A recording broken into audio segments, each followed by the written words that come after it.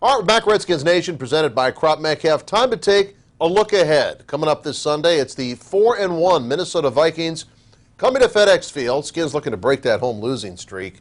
And Mike Richman, Redskins historian, is with us. Mike, you look at this upcoming game and this streak. Can you compare this home losing streak to anything in the Redskins' history? Because this seems like it's lasted forever. Well, this has to be the longest home losing streak in history for the team. I really can't think of anything this bad.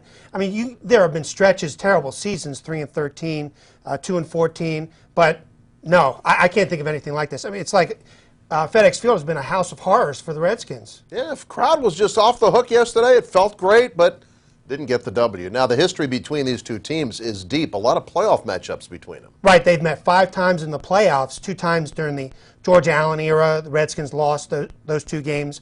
But then 3 times during Joe Gibbs' one. Skins won all 3 of those games. 1982 season, John Riggins rushed for 185 yards, right. The game he took the bow. And that postseason stretch, he rushed for 600 yards, and the Redskins won the Super Bowl. Then 87 season, the Redskins beat the Vikings in the NFC Championship game, 17-10. Then went on to win Super Bowl 22. And then 92 season, the Redskins beat the Vikings in Minnesota 24-7. That was Joe Gibbs' next to last game, coaching the Redskins that era. And there's the Hall of Famer that got away, Paul Krause, who had a great start as a Redskin, gets traded.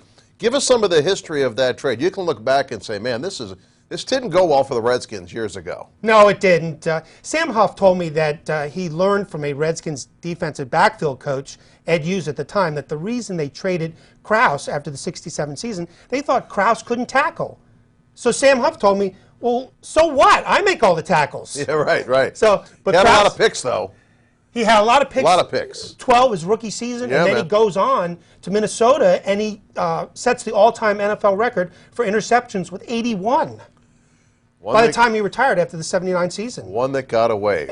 Also, during that Graham era, there were some other dubious personnel moves, trading for Gary Beeben, a first-round draft pick traded to the Rams. Heisman Trophy winner, come on. Right, but he didn't do anything here in D.C. He was a flop. All right, Mike, good job.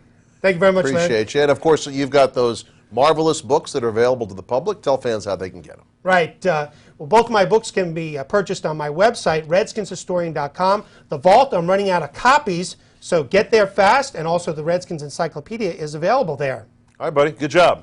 Thank you very much. All right, thank you. Hey, wait a minute, right. Larry. What? I got something for you. You got something for me? You're always admiring my clothing? Yes. Redskinshistorian.com. Yes, I do like it. I know you want one of my shirts. I do. You brought one. I did, yes. All right, let me see it. Let me see this. There you go. Oh, man. You know what I might do with this? I could maybe rip the sleeves off, Charlie, take the collar off. Well, you would need to do that anyway, as you do most of your shirts. I want you to wear it on the show next week. Thank you, buddy. Thank you. All right, let's check out D'Angelo Hall earlier today in the Redskins locker room. Redskins 2-3 with Minnesota coming up this Sunday.